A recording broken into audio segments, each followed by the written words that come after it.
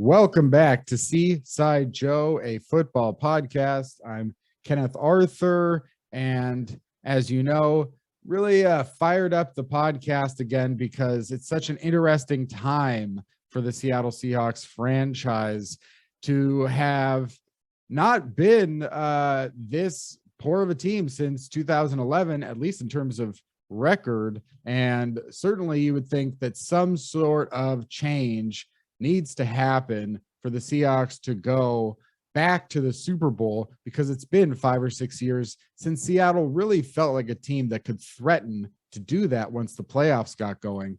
And for Seattle, that means, it doesn't seem like there's going to be anything in terms of a rebuild, which is such a dramatic move when you really think about it, especially for a team like Seattle that has so many parts that they would kind of need to respectfully give up or move on from to really do a full start over. And so for now, the Seahawks appear to be staying the course in many respects. And I wanted to document that course and see, just from, the decisions that are being made right now to the draft and free agency before that, to really see like, how can the Seattle Seahawks either say, screw it, we're going to do a Texans year and give it a shot when we have a first round pick the following year, which should be a much stronger draft, especially at quarterback, if such a thing did transpire for the Seattle Seahawks. But the Seahawks for now seem to be going the route of really trying to win next season. And to discuss this with me, I'm very excited to bring back the all-time favorite, one of the greats. You know him from Cigar Thoughts at Field Goals and now the Cigar Thoughts podcast. Jackson, thanks for coming back. It's Jackson Bevins. Thank you for joining me. I got so much I want to say to you. Appreciate you having me, man. I was really excited when you reached out about this. I've enjoyed all of our chats that we've had over the years, both on the air and off. And let's treat the people to a show.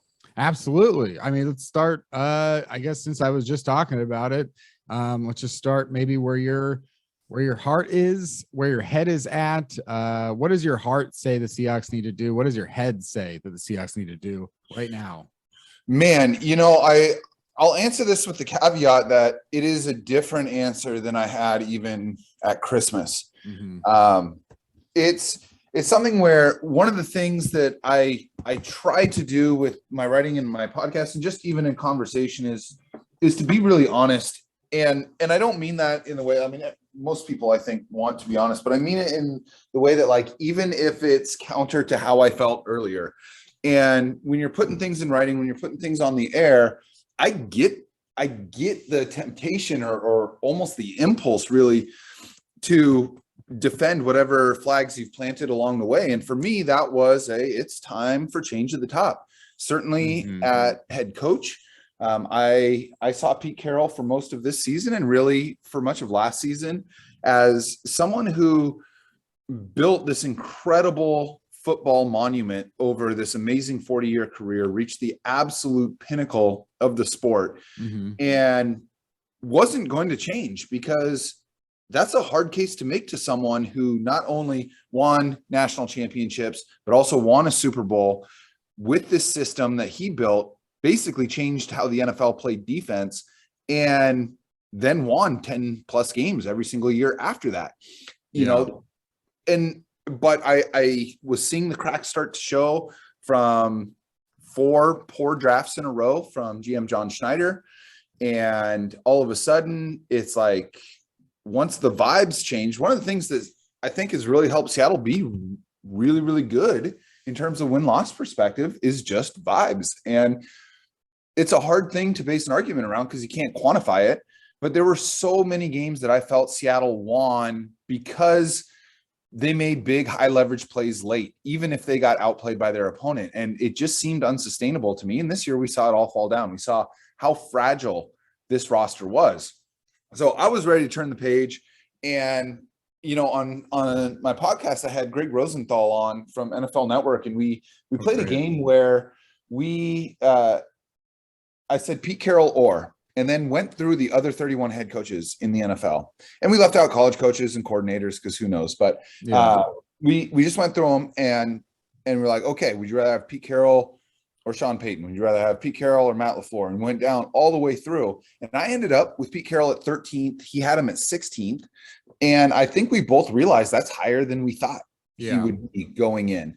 You know, so my thought was, all right, there's a good chance that the next coach is going to be worse than Pete Carroll. Like it's a probability, but I didn't see Pete Carroll's ceiling as being a Super Bowl contender anymore, because even in their 10, 11, 12 win seasons and, you know, a couple of division championships, I think 3 since they last won the Super Bowl, they'd get to the playoffs. And every time it seemed like once they got to an upper echelon opponent, the type you have to beat if you really want to win a Super Bowl, they were like woefully unprepared.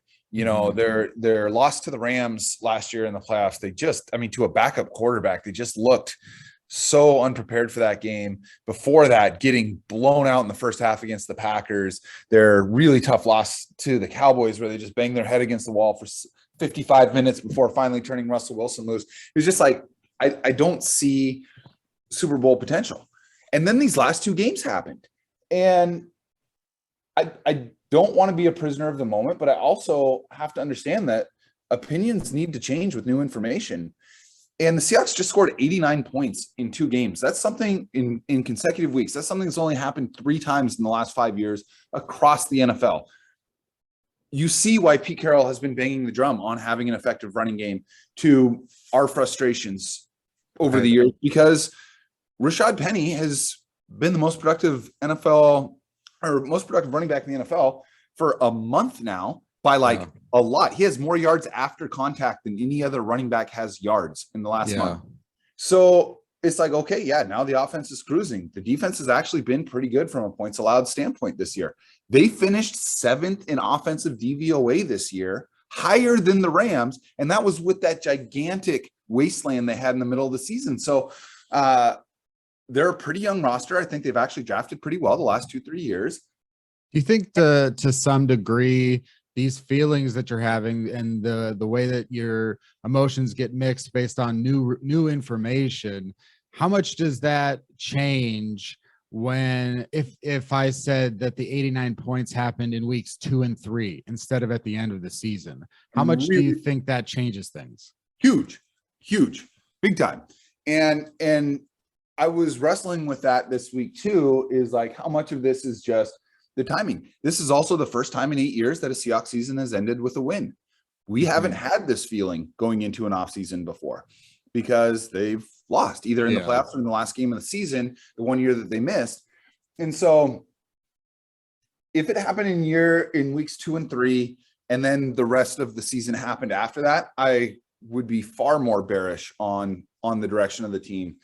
But I think the thing that really kind of shook me as a fan is the pillar in all of this has been Russell Wilson. And to see him come back from his first real major injury of his career and be so bad, even as the fingers started to get better, was really, really disconcerting. And that's when I was feeling like, you know what, the vibes just aren't there anymore. Right. And it might be time for a change. But then in the last 2 weeks, he's gone back to looking like a top 3, top 5 quarterback in the NFL. It's really hard to watch a team. I think it's really hard to watch any team, but it's really hard to watch Russell Wilson throw passes to Tyler Lockett and DK Metcalf and say, got to blow this up. It's like, you know, it does become very difficult to do that, especially when you do have a running back out there who basically just played like Priest Holmes or Larry Johnson or Jamal Lewis. You know, like I was looking at the highest rushing totals over the last 5 games of a season, and dating back to 2000, Rashad Penny is like number 10 for the last 5 games, because now everything is screwed up with the 17 games. So you can't really do game. So, but I did some calculations and he's like 10th, and he had 92 carries in those games. Everyone that came before him was like 130 carries. So his 7.3 yards per carry is so much better than anybody else. And if you just said, give him another 20 carries for 100 yards, he's like number two or something like that. And you're talking about a guy who played like Derrick Henry, that really was like, when it went from Derrick Henry to Jonathan Taylor, it really then skipped over to Rashad Penny, even when Jonathan Taylor had still been playing well at the end of the year. I've received so many emails. It was like, get rid of Rashad Penny was probably as popular of an opinion for some fans as fire Tom Cable. And that was, for years, people just don't like being around a player who's not performing up to a first round pick status. And they just feel like it. I don't know if it's just like it's an emotional thing where you're like, I'm upset that this isn't working out. How do you feel right now about Rashad Penny? Because even I get really mixed opinions about whether or not this is going to continue. But at the same time, I think Rashad Penny I think those 4 years of experience in the NFL have been really valuable. I think that he's been able to play with some really talented running backs and with a coach who knows a lot about the position. And if his body's right, he might truly be ready to go off. But at the same time, you say if his body's right. So how are you feeling about his free agency? Yeah, Rashad Penny is I think going to be the lightning rod free agent for this team this year. And I think you're right. When you feel like your favorite team has misused an asset, seeing it sitting there in the closet every time you open it up is like a reminder. You just want it out of the house. But, and it's true. There's been a ton of people that are just like, can't believe Rashad Penny's still on the team. And it's like, well, he's still under his rookie contract, but the team declined his 5th-year option before the season. And I don't think anybody had an issue with that. A 5th-year option for a first-round player is not insignificant money for a guy that just hasn't been able to be healthy. But for me, I like the comparison to people wanting to get rid of Tom Cable, because I do think there was a similar fervor. The difference being there, and I'm not saying you're equating the two actual people or their roles, but the thing with Tom Cable is a lot of people, myself included, felt that he was like an actual negative to the team, where he was like creating more damage to the team, whereas Rashad Penny's just sitting there, But yeah.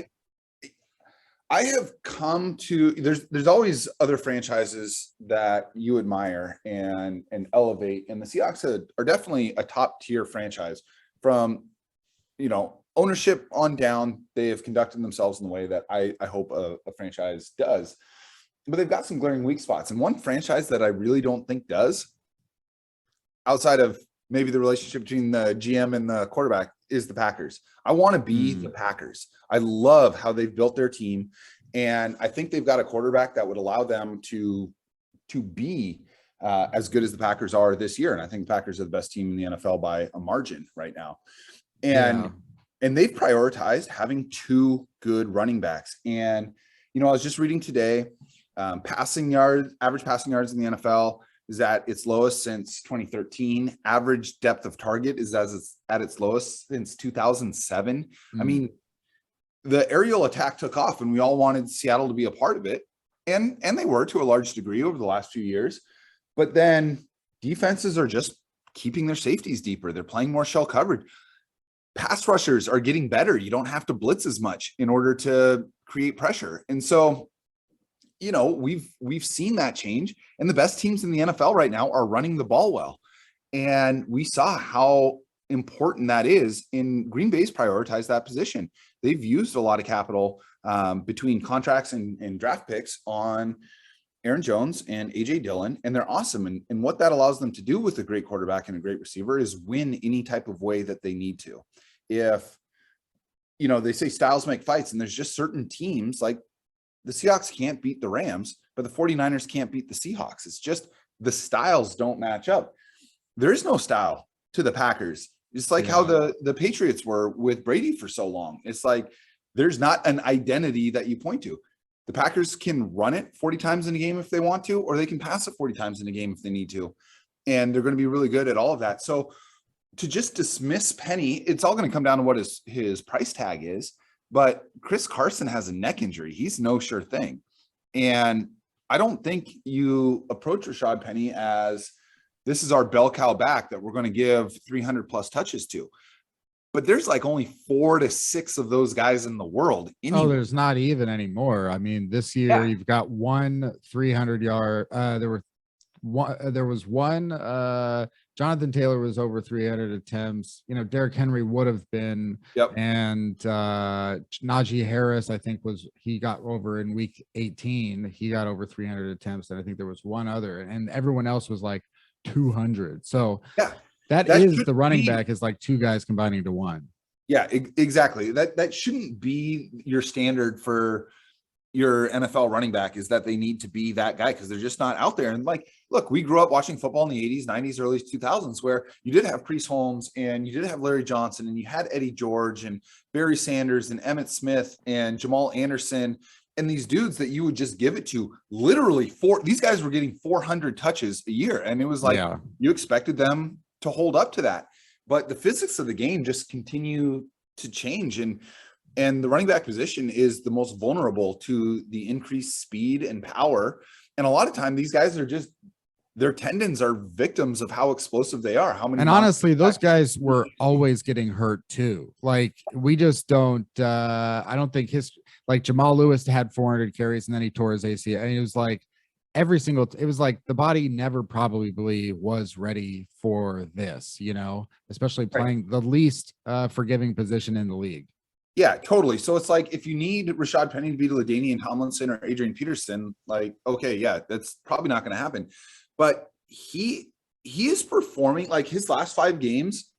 There are Hall of Fame running backs that never had a 5-game stretch, like what Rashad Penny just finished the season on. If you do decide to move on from Rashad Penny because you want to save a couple $1 million, I still don't think he's going to be super expensive, just because it's such a short, brief burst. Then you have to replace him somehow. You can't count on Chris. You've never been able to count on Chris Carson for a full year. You certainly can't do it now with a neck injury. And so you need 2 running backs in the modern NFL, 2 good ones that you can rely on. I don't think DJ Dallas or Travis Homer are that. So I'd like to see him brought back, if nothing else, because there's a ceiling with Rashad Penny that doesn't exist with any of the other options that they can either draft or bring in through trade or free agency.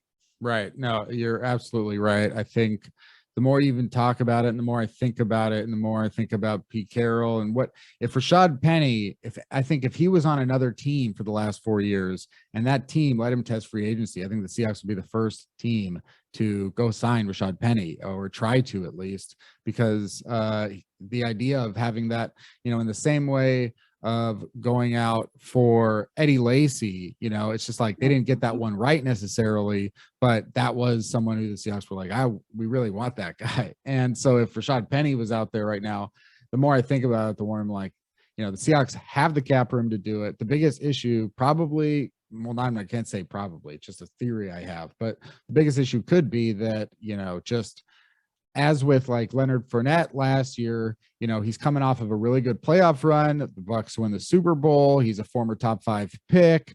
There might be a thought out there for Leonard Fournette that, hey, some team's going to maybe make me their number 1 primary running back, and I'll get to rush for 1,500 yards.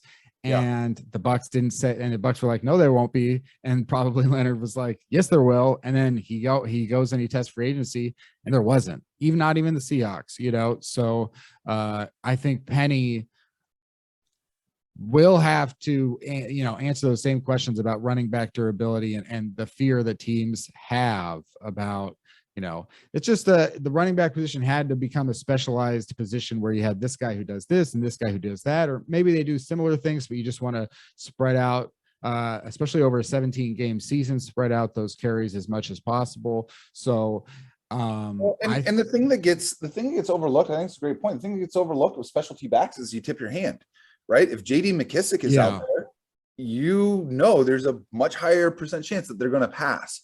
It's important to have running backs like Rashad Penny that don't tell the defense, oh, I'm on the field, so here's what we're going to do. Yeah, that's been something that I think does get overlooked a lot when you see different backs out there on the field, because some backs you're like, I remember with the Rams last year and Cam Akers, a lot of times people saying, why doesn't Cam Akers play more? Why doesn't Cam Akers play more? And it was like, Cam Akers has only been out there, like 90% of his snaps have been runs not, maybe more than 90%. So it's like when you're that obvious that this guy can't be trusted to pass block, it's or catch a pass either, but mostly I think pass block. It's like that's what limits some running backs from being out there, being more popular. Now I do think Cam Akers, who just returned from the Rams, is a good running back, and we'll see what he does there. But Totally. yeah, you're right. It can totally be a tip of the hand. I wonder. Oh man, I mean, I just wonder how much Pete Carroll could be salivating over drafting a running back with the first pick, and how much that would blow up Seahawks Twitter to see Seattle do it. Totally. Well, and the thing that's interesting about this offseason is for the first time, really, since I think like 2014 or 15, they have money to spend. And they got some guys to resign for sure, but they've got $53 million even before they're almost certainly going to attempt to restructure Bobby Wagner. And I wouldn't be surprised if they free up a little bit more, but they got $50 to $60 million to spend. They can re-sign all the guys that they want and still have some money out there to spend. And it's like, now's the time for them. I mean, if you want the running game to remain as good as it's been, I don't think that you need to go out and find a new running back. I think that you just go out and finally spend some money on the offensive line, and not for Luke Jokel. Yeah. It's been interesting to, you could look at the New England Patriots last year, having a bad season. Bill Belichick went completely against his entire MO, and the Patriots spent the most money in free agency. And it's a different team with a different situation in a different division conference, where maybe the Patriots don't get into the NFC playoffs, but still you did see a guy like Bill Belichick change his MO when he felt like the Patriots had to keep up with times to some degree. And they went out there and they're 10 and they're in the playoffs. So it's going to be interesting to see if the Seahawks do change it up. I do think free agency is it's like tough to find really great players who are allowed to teams let them go, and then there's a lot of competition for those players, which makes their contracts so expensive. So it can be hit or miss. And obviously Seattle likes to re-sign their own players, and there's a lot of good ones that are opening up and everything like that. I do want to maybe even get more thoughts that you have on Seattle getting better and how they're going to do that. Because as you said, one of the big concerns I think that people should have about the Seahawks, or do have about the Seahawks, is they don't play that well against the good playoff teams. They don't play that well against them. So trying to get better than them is one thing. That, like, to be the Packers, like, that is something where I agree, that is a nice ideal, and Russell Wilson seemingly is a great quarterback. So maybe, I don't think that anyone is nearly as good as Aaron Rodgers. Yeah, I think Aaron Rodgers is the best quarterback on the planet right now.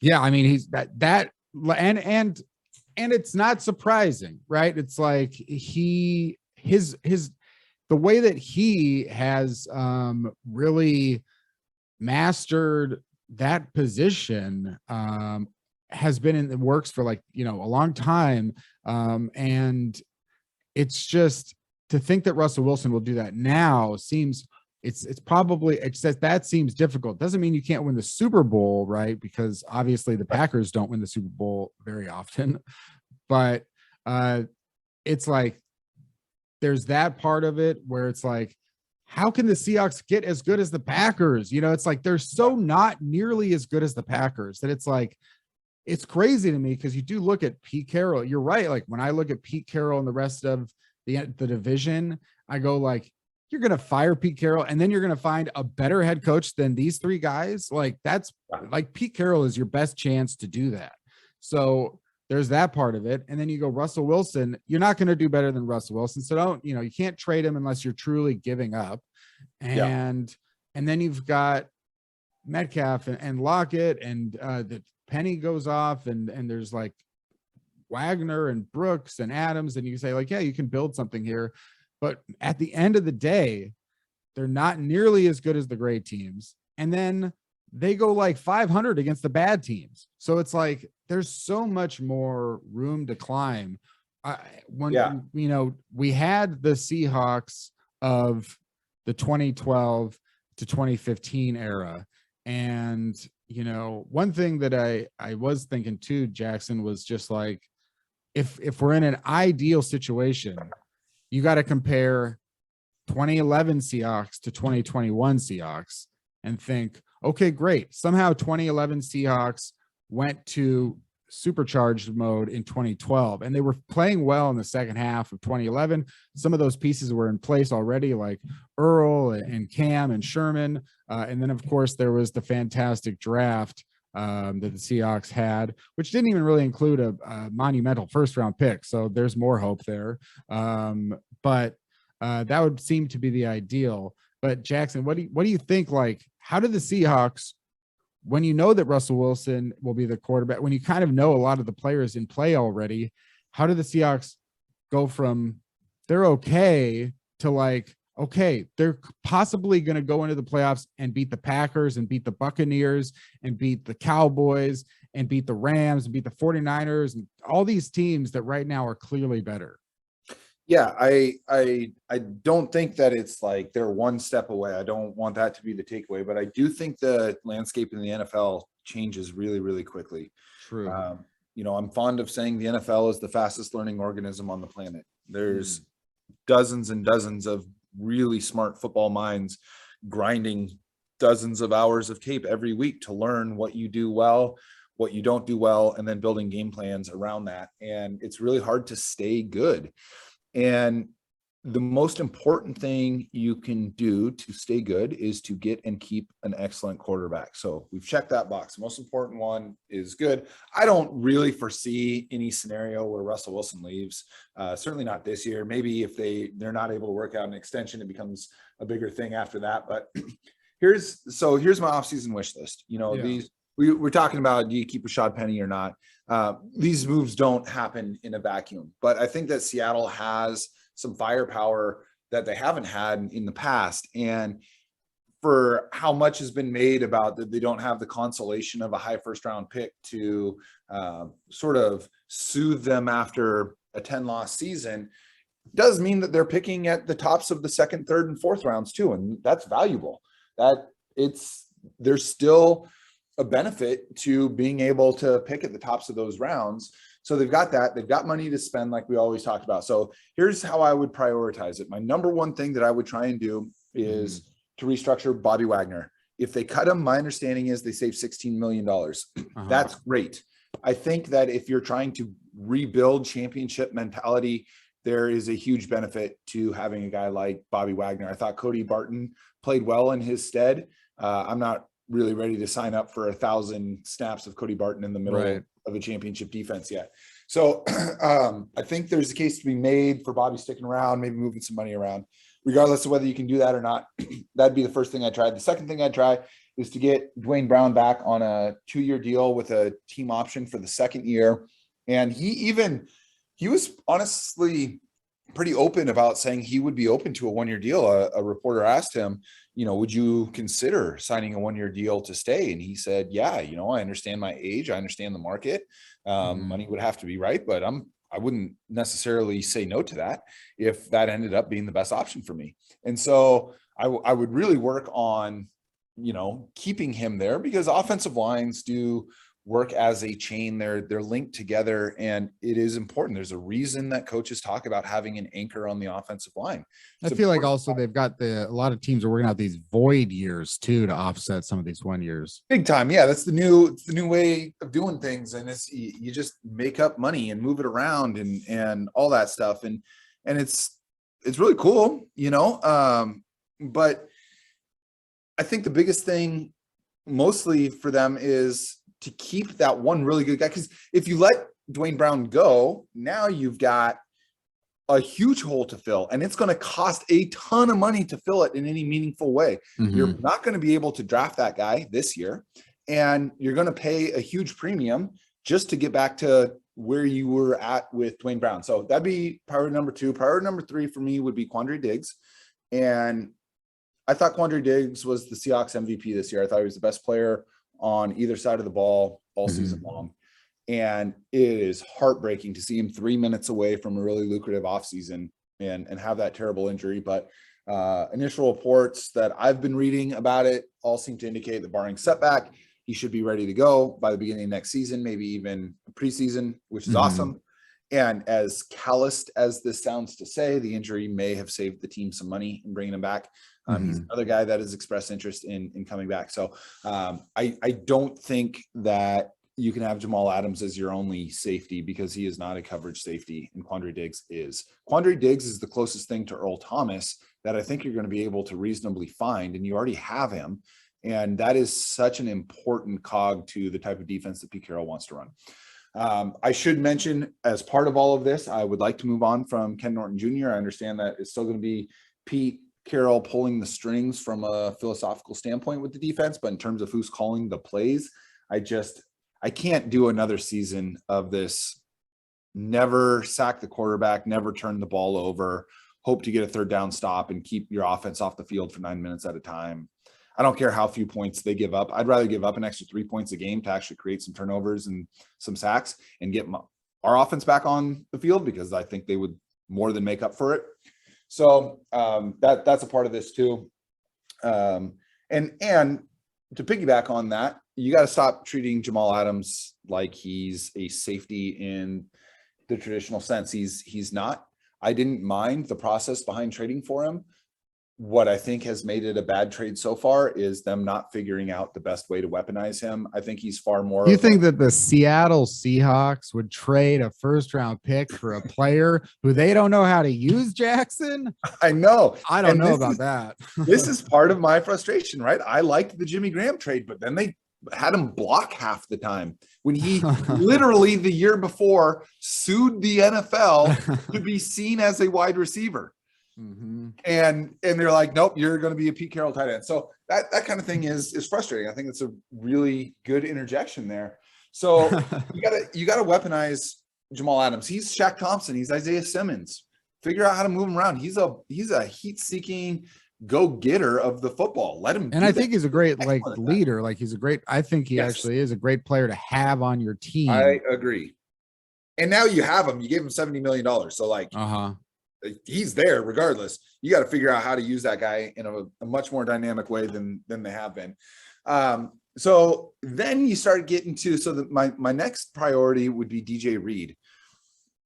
I'm not the biggest fan of PFF's grading system, but I do think that cornerback is one of the positions that's a little bit easier that their grades match my opinions, I should say, a little bit better than other. That's fair. That's a fair way to put it, I think, too, and very honest. I think that's understandable. Yeah. And they're more isolated. I think it's a little bit easier to figure out what they're doing than like what a left guard's blocking assignment was on a trap play. And so DJ Reed had the only 2 cornerback interceptions this year. I'm hoping the fact that Seahawks had, that's insane to me. It's another reason Ken Norton Jr.'s got to go. They don't attack the ball with their corners at all. It's about keeping everything in front of them. 2 interceptions. They both came in the Lions game, and they were both by DJ Reed. No other Seahawks cornerback had an interception all season. That is pathetic. Yeah. I still think there's a lot of old school GMs that are only going to see 2 interceptions and say like, okay, you know what? I'm not going to give that guy a ton of money. But PFF had him as the number 10 cornerback in the NFL this year. They had him as the number 1 cornerback over the last month of the season. He's young. He is a dog. He wants the football. He wants to go make tackles. This is also, I think, not a great endorsement for PFF, just in the sense that, it is an endorsement to say, like, yes, any player, just like Rashad Penny, he can come in and traditionally, or any way you go look at it, you go like, okay, for that stretch, Rashad Penny is the number 1 running back in the NFL, but when it's like, okay, so they're saying that there's only 9 cornerbacks in the entire NFL that are better than DJ Reed. Maybe that is true. Very exciting. It does seem like, okay, is that true? Is he going to be a top 10 shutdown cornerback? Well, and this is what, right, exactly. And so the question becomes, do you have to pay him like that?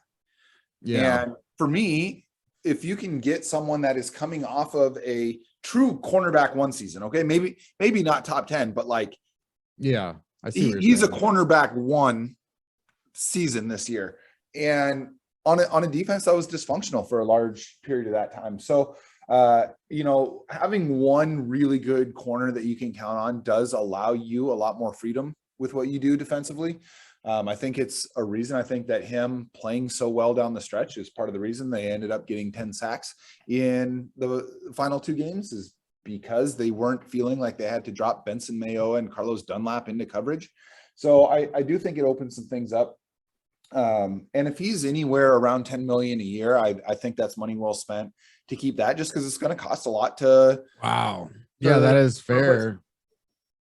I mean, like what cornerbacks have the Seahawks drafted that you're like, yeah, they'll be as good as DJ? No, yeah, you got to do something, because it's just not, where else is it coming from? I mean, sometimes you just have to, you have to pay a little bit of a premium. And I think he's probably around a 3-year, $30 million guy. And that would be fine with me. And then after that, you're looking at Rashad Penny, Gerald Everett, Sidney Jones. I'd love to see all those guys back, but Penny's probably, after Penny, is the last one where I'm like, yeah, let's keep these guys.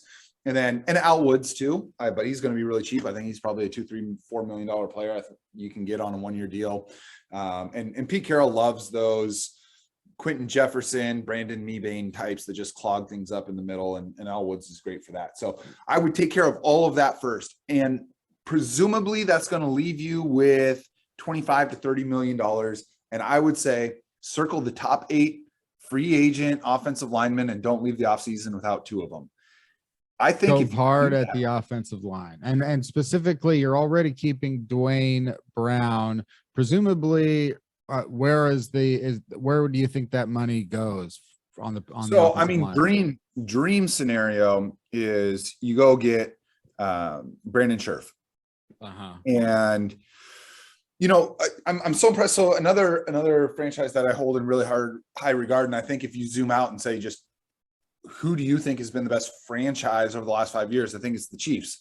And they lost a Super Bowl last year because they suffered 2 injuries to their offensive linemen in the playoffs and were exposed in the Super Bowl. Like, yeah, you've got all these amazing skill position players and Patrick Mahomes is a magician, but they couldn't block. So they went out and got Orlando Brown and Joe Thuney and then drafted Creed Humphrey. Yeah. And they're going into the playoffs having won 9 of 10 and looking as dangerous as ever.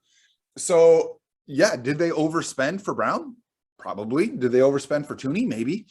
But, they drafted a center really high. But, he might have been the best center in the NFL this year. So that's the kind of investment I would like to see Seattle make. So, yeah, I would love to see Brandon Scherf. There's been a lot of talk of moving Damien Lewis, who has been a good guard, to center. And if he's able to make that transition, I love the idea of, if you can go out and get Brandon Scherf, there's no way the Saints are going to be able to keep Teron Armstead. They're like $80 million in the hole. You go out and get someone like those 2 guys, and yeah, it's probably going to cost you $25 million a year to have them. But now, if you're going Dwayne Brown, Gabe Jackson, Damian Lewis, Brandon Scherf, Teron Armstead, or something similar to that, we're talking about like an Indianapolis Colts, Dallas Cowboys type of offensive line. You can run whatever offense you want at that point. So that's my dream offseason. That's how you close the gap. I mean, everybody, that seems to be successful does do a good job investing into that offensive line. Certainly the 49ers making a big move for Trent Williams. It's like, which is another great case for Dwayne Brown. Like, Dwayne Brown's older, but like, Andrew Whitworth won't go away. Trent Williams, best left tackle in the NFL, and he's ancient. It's that's an interesting. Speaking of, I got so many things to say, but I always gotta put it in. I got the time.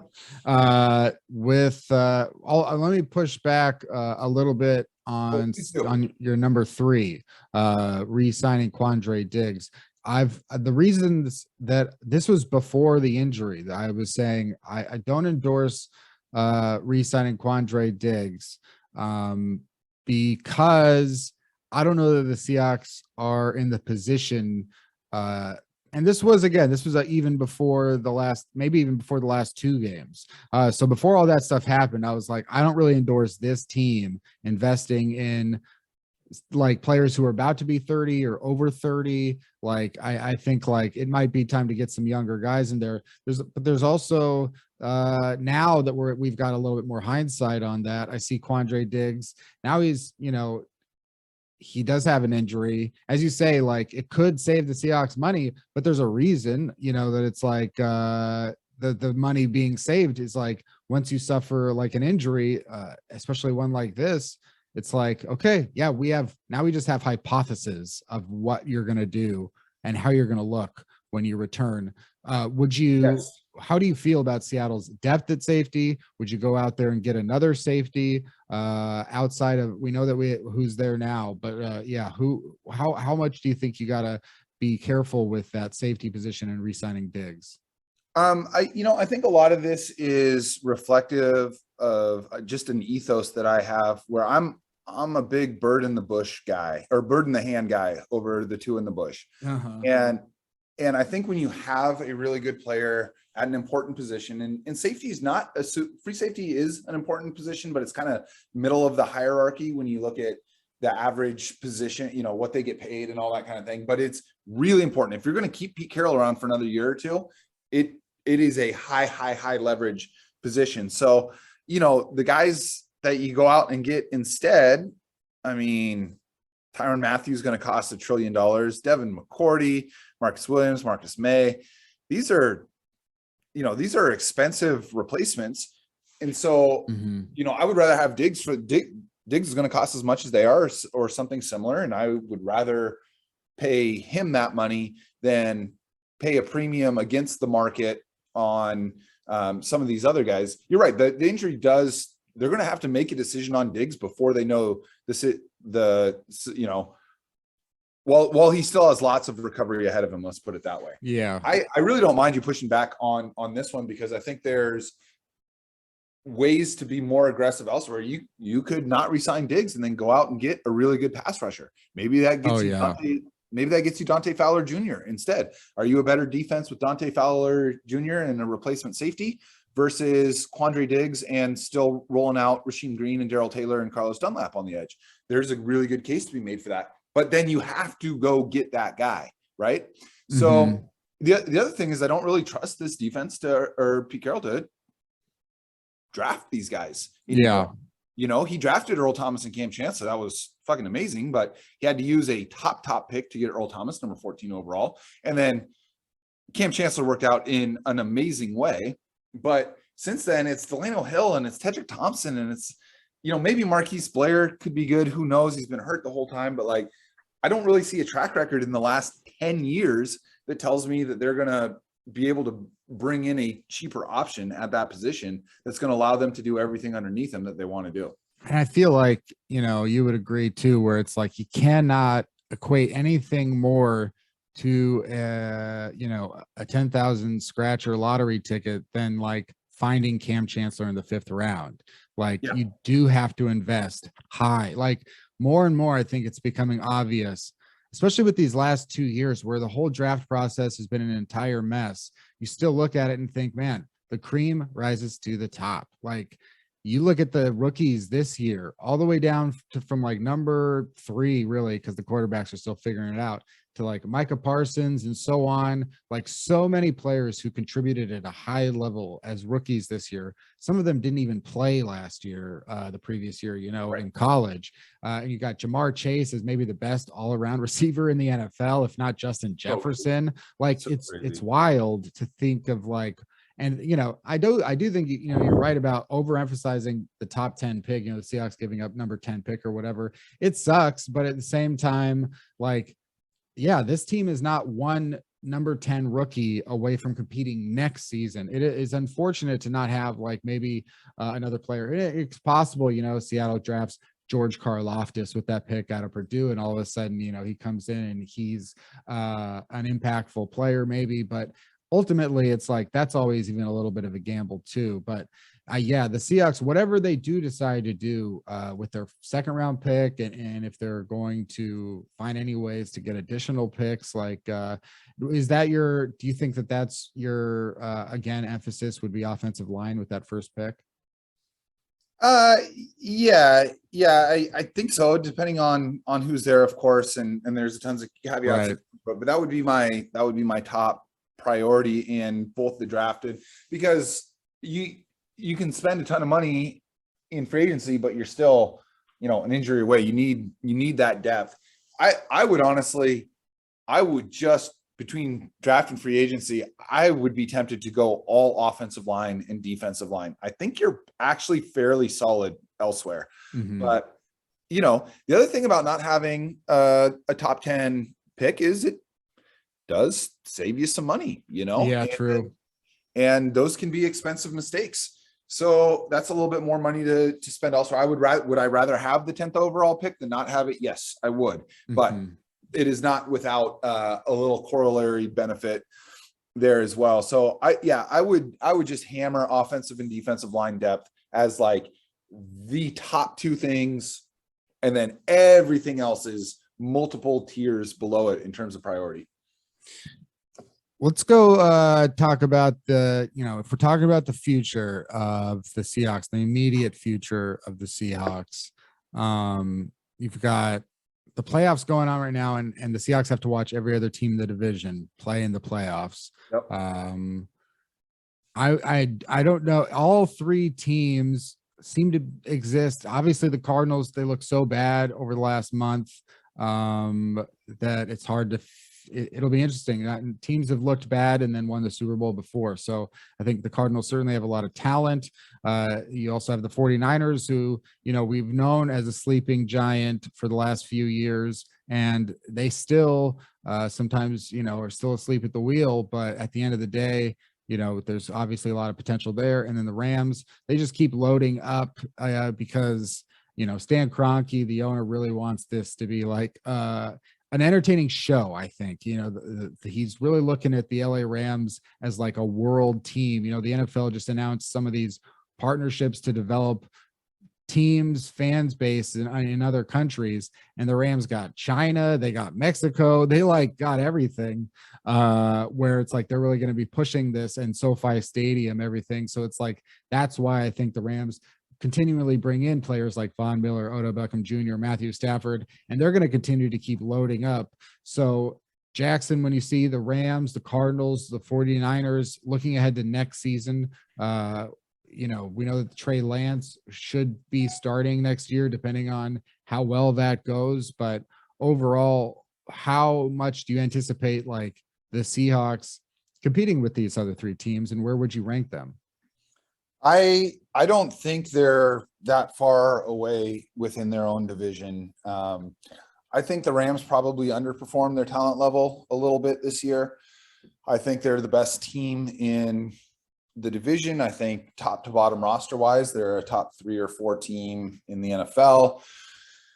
And I hold their coaching in really high regard. I do think that the way that they have gone about doing business really sets them up for a window, and it's on them to really win here in the next couple of years. But I think the Seahawks have a better top to bottom roster and outlook than the Cardinals, and the 49ers, I think, can't get out of their own way in a lot of ways. I love Kyle Shanahan, the offensive mind. I don't think I love Kyle Shanahan, the head coach. He's got, there's a funny bit that's been going on Twitter that updates every week comparing his career head coaching record to Jim Mora Jr. And I will tell you that Shanahan does not come out favorably in that. So Trey Lance could change everything. But Shanahan seems like a difficult person to work with. The sense I get, I am blessed or cursed, depending on how you see it, with a number of friends who are 49ers fans. None of them are super high on Shanahan. They all seem to think he's kind of got that smartest guy in the room syndrome, but he is a great offensive mind, and their roster is really, really young. And they're kind of, not to the same degree, but they're sort of in a similar position to those Legion of Boom era Seahawks early on, where everybody was cheap, but that doesn't last for very long. They're going to have to pay a lot of money to Bosa and Debo and all of these guys, and they've got a big decision to make at quarterback. So all of this is to say, I think Seattle can leapfrog the Niners and the Cardinals, especially since Seattle's system just beats the 49ers system. They're like, Russell Wilson's like 15-2 against the Niners. So, that's at this point, that's a full NFL season's worth of games that you can say Seattle's probably going to beat them head to head. So that gives you a huge advantage. They split with the Cardinals every year. So, I think Seattle's a better team than they are. I will say, just knowing you, I know that you love Deebo Samuel because he's a great player. You love Elijah Mitchell so far, probably because he's a great player. Yep. They've got the best offensive lineman. Go ahead. Kittle, Kittle is probably like a top 5 non-Seahawk for me in the NFL. Yeah, it's pretty crazy how I think you mentioned the Rams underperforming. Certainly the 49ers should be better than they've been in at least the last 2 years. Yeah, Bosa's incredible. I mean, Fred Warner's amazing. They've got a lot of talent. I think that there's a big honestly, it comes down to quarterback. I think Russell Wilson is so much better than any quarterback that the Niners are going to put out next year. I think he's substantially better than Kyler Murray. I think Kyler Murray is like an elite fantasy quarterback and a good NFL quarterback. I think that Russell Wilson is a good fantasy quarterback and an elite NFL quarterback. And that's just huge. Like, it just covers a multitude of sins. I think the only quarterback that is anywhere near Russell Wilson's tier is Matt Stafford. Matt Stafford is surrounded by a better roster. That's why I put them ahead of Seattle. But a healthy Russell Wilson is just going to have the Seahawks better than those other teams. I'm not overly worried about them. Unless Trey Lance it's an interesting question, though, too. Like, in the last month of the season, who was surrounded by a better offense? Matthew Stafford had Cooper Kupp, who is possibly, again, said it already, but for someone else, but possibly the best receiver in the NFL, probably right now, for sure, no doubt about it, the best receiver this season. So, his route running, all this stuff too, where it's like, I said for years, Jared Goff's no good. Why are you guys saying Jared Goff's good? And then, anybody else gets in there, all of a sudden Cooper Kupp is repeating his Eastern Washington stats, which is insane. So it's like Matthew Stafford opened that can of worms. But I do think it's interesting because it's like, outside of Cooper Kupp, it's like if you have Rashad Penny or Sony Michel, which is just the players that they were surrounded with here in the last month or so, it's a pretty Penny definitely gets the edge right here, although Michelle's been playing well. I think the Rams have a clear advantage with Tyler Higbee at tight end over what Seattle's been able to put out there most of the time. I think Odell Beckham Jr. is like, this version of Odell Beckham Jr. is not nearly as potent as whoever you want to call Seattle's number 2. And there's no guarantee that he's back after this year. He's there on a 1-year deal. We don't know what Robert Woods looks like after that injury late in the season. Oh yeah, I think the Rams have to cut Robert Woods. Honestly, he's owed $15 million that they can save like all of it or most of it. So it's like, I do think that they might have to just make that decision to cut him. Yep, I think so. Oh man, I was just thinking it's let's see. The Rams traded their first round picks. The 49ers traded for their first round pick. So only the Cardinals are picking ahead of the Seahawks this year, I suppose. Yep. So, I think when you laid out, and I'm glad that we're going through this exercise, it does help crystallize and in this case kind of confirm my priors in that I think as far as outlook goes, I put Seattle number 2 going into next year, assuming, that I approve of their offseason moves. I've got them as number 2, but with the potential to trend up more than the Rams. I think that what we see from the Rams in this year and next year represents their peak. I don't really see an avenue with their cap situation and with their draft situation to being able to make a big elevation move beyond what they've done already. Yeah, that's true. I think it's a tough division. It's a tough conference, even if you get past the division. The Seahawks do have I had John Gilbert on the podcast this week as well. I like John. Yeah, he's great. And he and I went over the opponents next year, and the Seahawks home schedule looks pretty nice. I mean, you hate to look ahead and like make predictions, but it's like so many head coach quarterback question marks on those teams. Well, here's the deal. Seattle's been playing a first or second place schedule every year for 10, 11 straight years. That's true. Like if you win your division, then, and I'm sure some of your listeners know, but the way the NFL does their scheduling is you play everyone in your division twice, obviously, and then they assign you to your division to two other divisions. So, you're going to play all the AFC South teams once, and you're going to play all of the NFC East teams once, for example. Okay. So that gets you to, what is that? 14 games on the season. Those other 3, they match you up with teams that finished in the same spot in their division that you did. And for Seattle, that's meant they're playing division. They're filling out their schedule with division winners every year. Now they're going to play the worst teams in those divisions because they finished 4th. Like, the schedule sets up pretty nice. Yeah, it does. The road schedule is going to be a little bit tougher, most likely, but yeah, the really nice looking home schedule, and yeah, all those last place teams. That's fantastic. Like, that's like such a bonus to this season that I don't think I had ever thought about. Just looking at all those 4-13 records that the Seahawks get to play because of just going 7-10. The best, no, not the best. The Ravens and Browns both went 8-9 in their last place. It's weird. No 2 teams in any division finished with the same record except for the 8-9 Browns and Ravens, which is interesting. A weird quirk. Probably a product of the 17th game more than anything.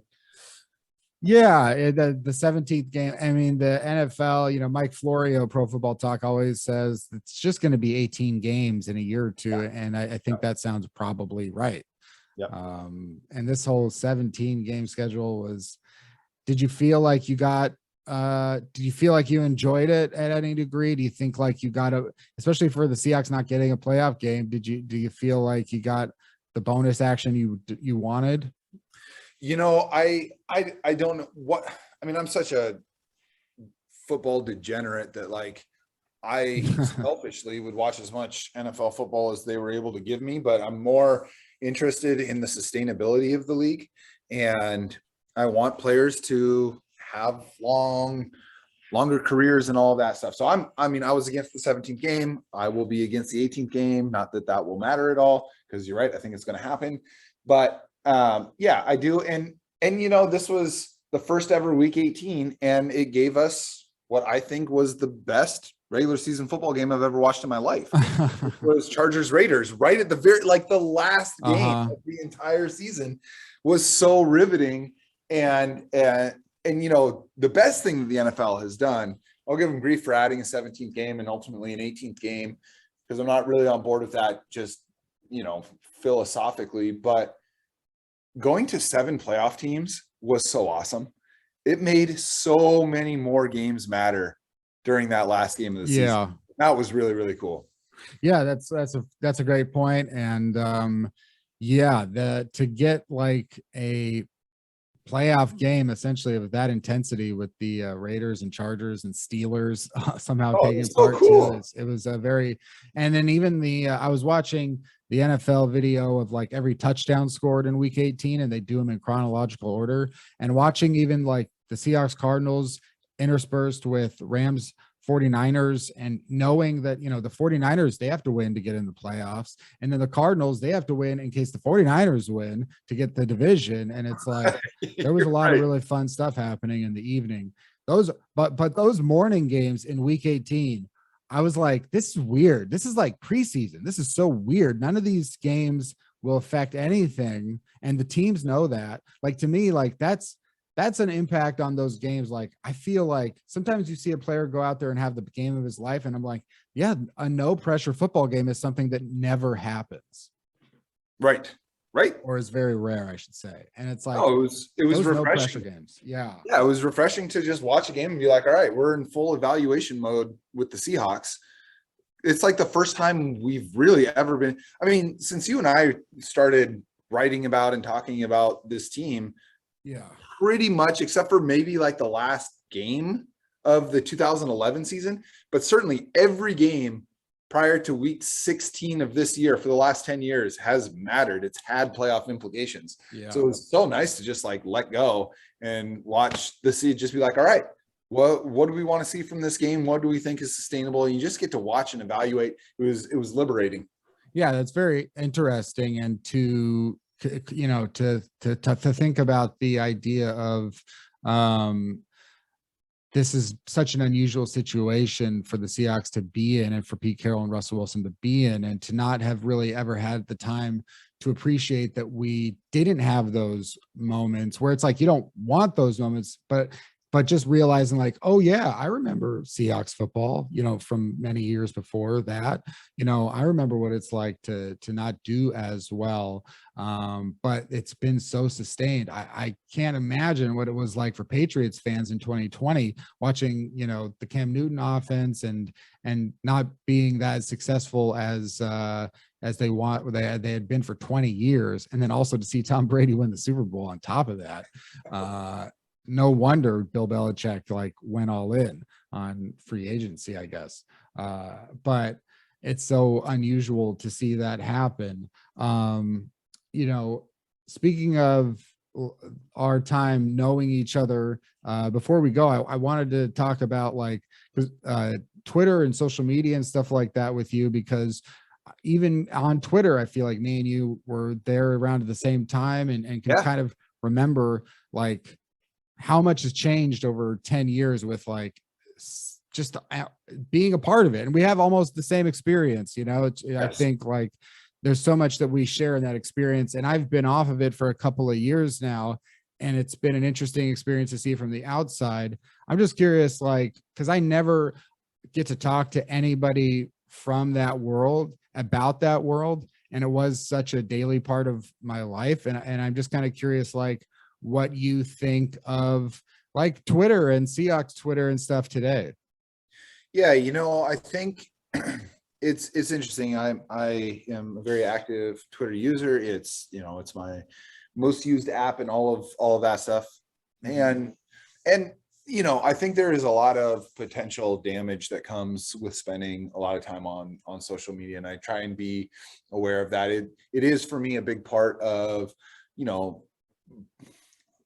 as much as I hate using this term, branding myself, right, with the article and the podcast, and it's more than just saying hey, check out the latest episode. It's really giving my takes and opinions in real time about the team, and I enjoy it a lot. But I understand that there's danger that comes with it. It's like drinking or eating really good food or something. Yeah. It's you got to put some parameters on it. And you got to keep in mind, how much of this am I doing? Because, it can be expensive and unhealthy in ways. It costs me time elsewhere, and it can be easy to get roped into an argument over something stupid, like whether the Seahawks should re-sign Rashad Penny and all of that. Have you taken any extended breaks in the last 10 years? Yeah, I have. I usually try and take a few weeks off after the Super Bowl and just I don't delete the account or anything, but I'll delete the app. And but the other thing, the biggest draw for me for Twitter, I enjoy the application. I really, when I'm done blabbering, I'm really fascinated by your experience moving away from it, because I've always wondered what that would be like. But for me, it's also my best news source. I like how many, you can go straight to the source of a story if you want, and you can kind of tailor the news feed and all these things. But there's a danger in that too. These algorithms are so smart. They pay attention to what accounts you follow, what accounts you mute or block, which posts you interact with, what type of posts do you spend the most time looking at before you scroll. And they figure it out, and they feed you more of that. So we end up getting siloed, right? Whether it be political, whether it be about COVID, whether it be about your favorite football team, whether it be about whether a hot dog is a sandwich. It's they push you into this group of other people, and it becomes this echo chamber unless you're working really, really hard to get away from that. But because everyone is being pushed to the extremes, the views become more extreme. And so it's okay, I want to introduce some opposing viewpoints Right. into my feed, but because so many of them are so caustic and so adversarial, it's like, no, I don't want this. This is making me mad. I didn't come on here to be made mad. So you go back to your safe place of the people that agree with you. It's really a tussle.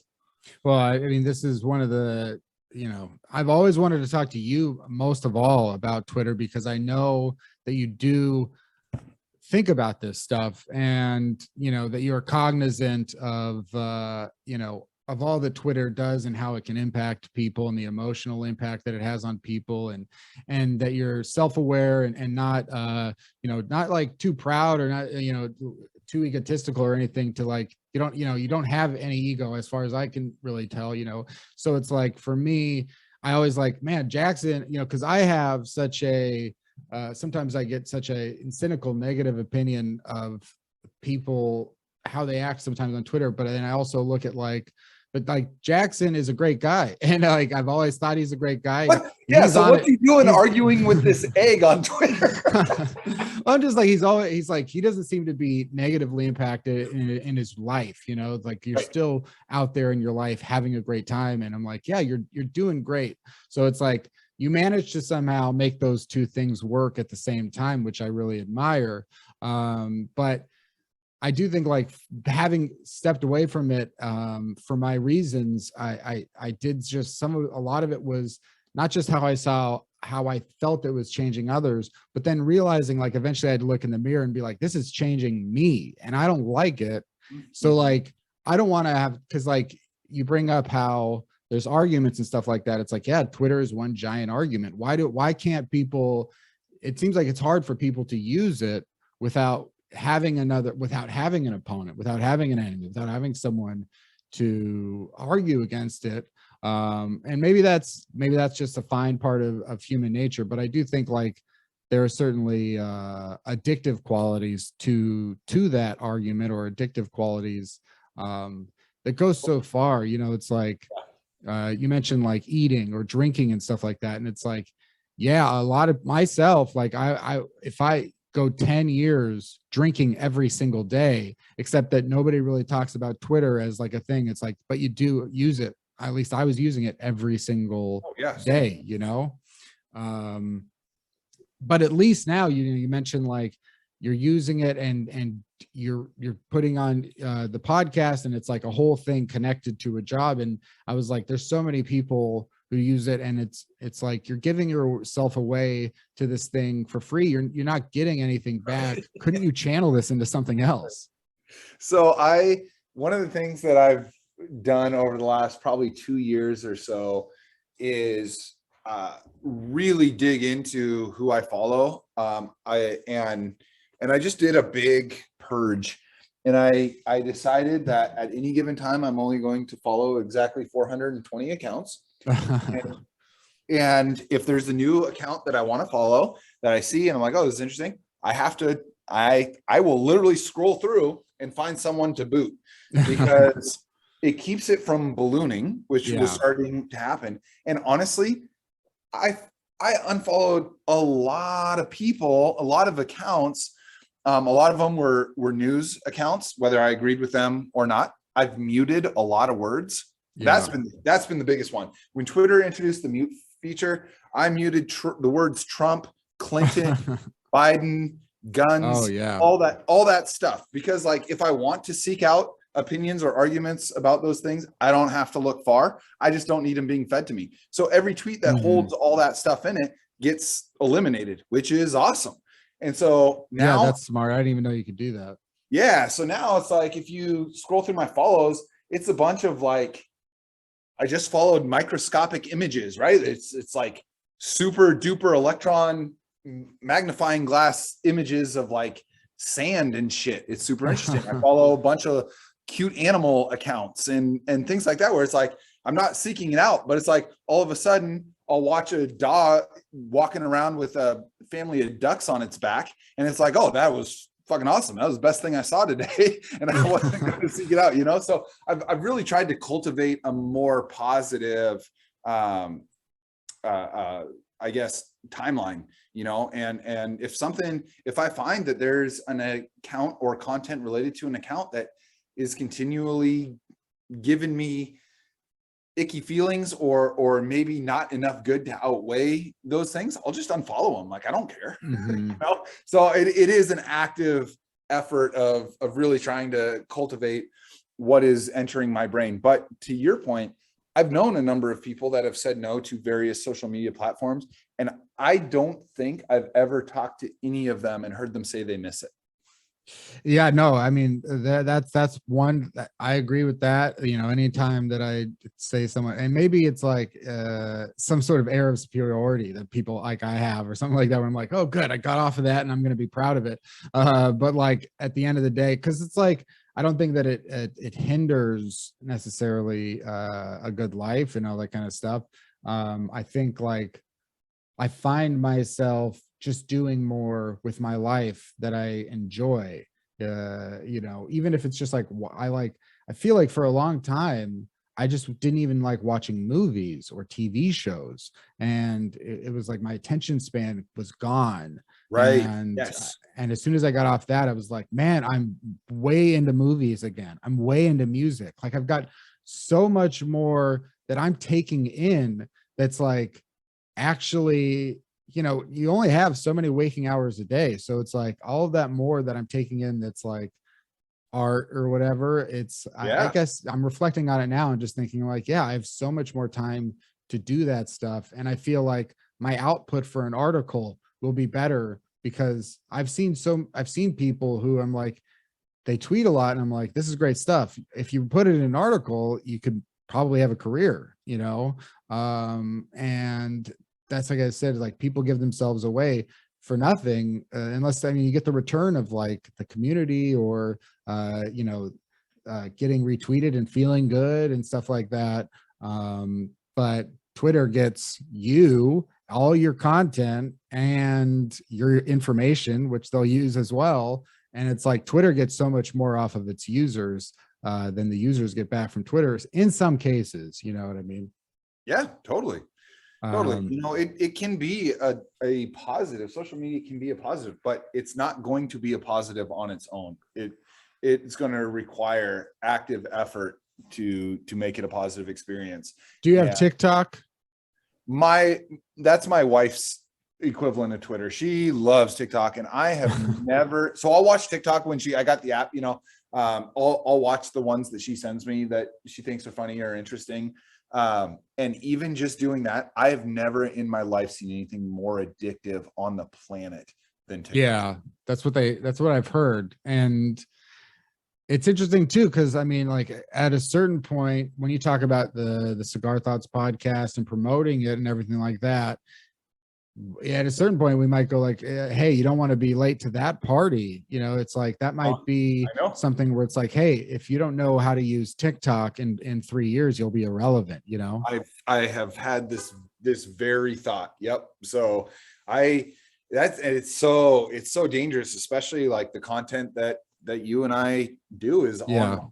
And I'm so amazed by your fortitude that you're still putting out really good, consistent content and not getting roped back into the rushing river that is social media. But yeah, there's already, ways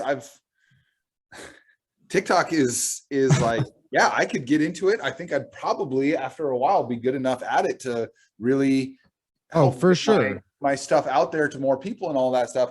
But just the units of time necessary to get to that point and then to stay cutting edge and relevant is like, I still have a job that I really love and a wife that I really love and other activities that I really love. At some point, I just have to say, you know what? It's okay to do this for now and keep it to Twitter.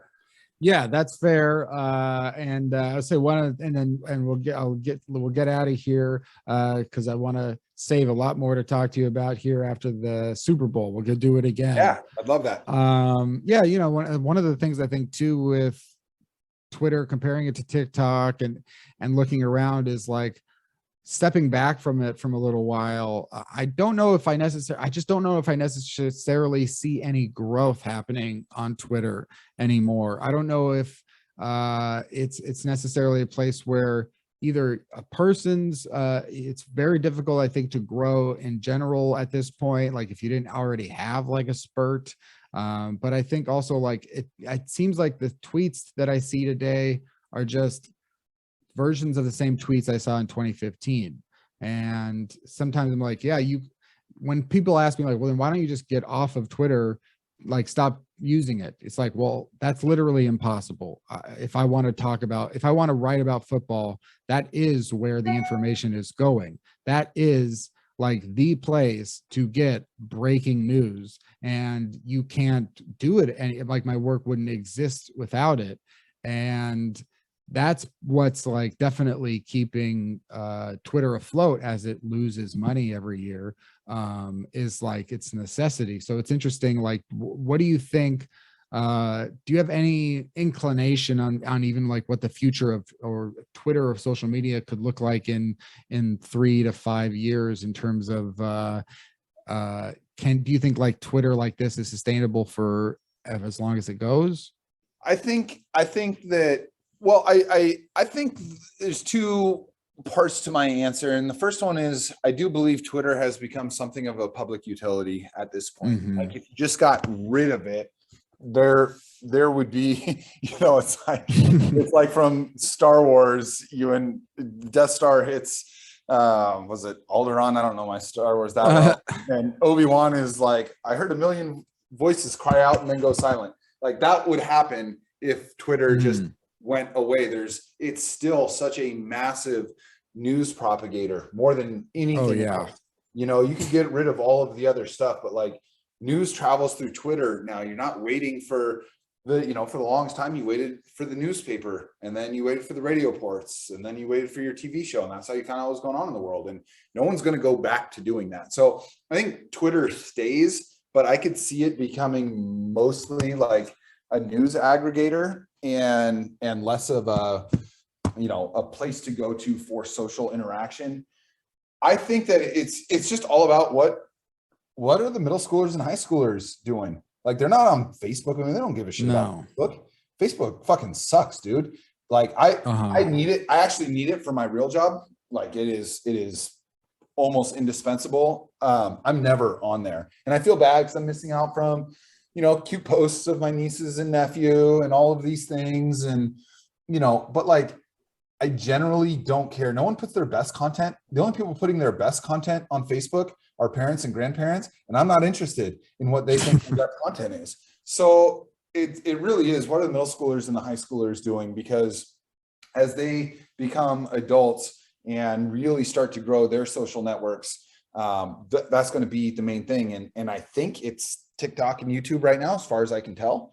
But it all starts at that age. And I don't know how many of them, like, I don't, and maybe it's because the algorithm doesn't think I'm interested, which I wouldn't be. And so that's why I'm not seeing it. But I don't get the sense that there's a lot of like, high schoolers on Twitter. I mean, we're like coming very close to YouTube turning 18, so it's like, if you think about that, like people who will be going to college in a couple of years never lived without YouTube. And like YouTube, I think, is one of the things that has just destroyed like the bond or the connection that we had to past generations, in terms of like we would all share the same experiences, and now nobody shares the same experiences, at least generationally. Yeah. I think that one thing that I try and keep in mind is you and I are the last generation that became socially actualized in the analog world. It will never, ever, ever happen again. And pretty soon, there's not long after us is going to be the last generation that ever was socially activated in a digital world as we start going virtual. And so these things happen really, really fast. And for you and I, we and everybody that came before us, we really value that in-person stuff, like growing up and, finish my chores in the summertime. Parents kick me out of the house, don't come home till dinner. I'm riding my bike around, knocking on my friends' doors, trying to get a baseball game together or whatever. Yeah. It was like this real Wonder Years type of childhood, Sandlot style. And that was great. And I value that. But like, I also have to be careful about becoming every other generation and saying like the next generation doesn't appreciate this or that. They are connected. They're connected in a way. It's a language that we're not fully comfortable with, just like how video games were for us. Our parents didn't know how to deal with that. And then the internet. Can you imagine being a freaking parent when the internet first comes out? And now that internet's in your kid's pocket. I mean, they're walking around with a porn machine in their pocket all the time, you know, that tracks their whereabouts. And it's a totally different world. So I mourn the loss of, you know, I coached high school sports for a number of years, and it got to a point where it was just hard to get kids to come out because they're like, they want to go play Fortnite instead. And that's how they bonded. It wasn't playing baseball anymore or soccer or whatever. It was like, yeah, after school, let's go play whatever the game is. You know, Halo tournaments were a big deal. And that was like real social connection for that generation. So, you know, it's tough. I think we are very fortunate that we got the analog interpersonal experience, but I think projecting it on people after us is just like, we're just going to sound old. No, absolutely. I mean, it's interesting, to even think about that aspect of like how much as things are going, it seems like we're at a rate where eventually video games will be more popular than the NFL, or like, you know, people will be like, they're not far away, man. Yeah. I mean, like, not far away already. You would have, you know, Tyrann Mathieu being never deciding to go play football. He's just always playing video games, you know? Yeah, totally. Like, that could be the future. And we've seen how the whole world and things can change seemingly overnight. And so, dude, we're all going to have to make maybe not us, Kenneth, but the generation after us for sure.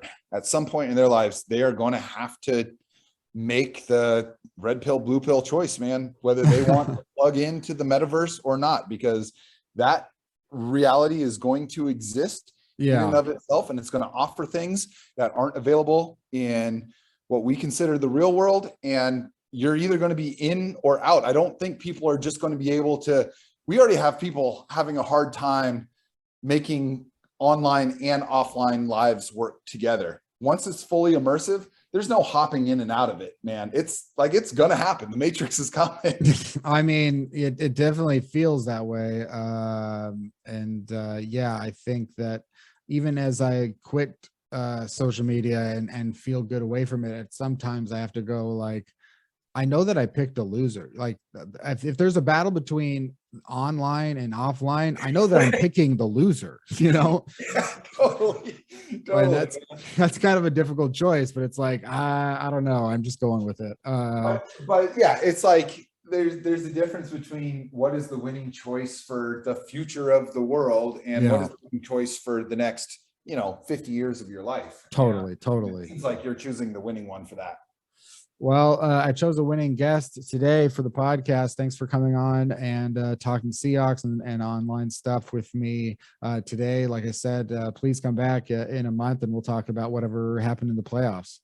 I would love that, man. This conversation was even better than I was hoping, and I had high hopes. I appreciate you having me on. And if anyone's listening that wants to get some more. Yes, please. Podcast is the Cigar Thoughts podcast. You can find it on Spotify, Apple, anywhere you go. We've had some absolutely phenomenal guests on that show. And then after every Seahawks game, I do write an article also called Cigar Thoughts. You can find it at fieldgoals.com. So there's my plug. Yeah, absolutely. Jackson Bevens, Bevens. You can find him on Twitter. So please go do that if you use Twitter, and definitely read Field Goals, but read Cigar Thoughts on Field Goals after every game, even if that'll be unfortunately about 9 months or 8 months from now until the next one. But we'll be keeping the podcast going throughout the playoffs and the offseason. Awesome. Yeah. Cigar Thoughts. So thank you, Jackson, again for joining me on Seaside Joe. If you're listening to this, hit subscribe. I think it's here's what I've learned, Jackson. They don't really have great information on how much listened to a podcast is. They really don't. I am assuming everyone is listening to my podcast. I have no data to support or deny that. So my assumption is that most everyone is already listening. There you go. But certainly people who listen to this, you must go listen to that and hit subscribe there. But the big number, I think, is hitting subscribe. So do that and come back next time for another episode of Seaside Joe.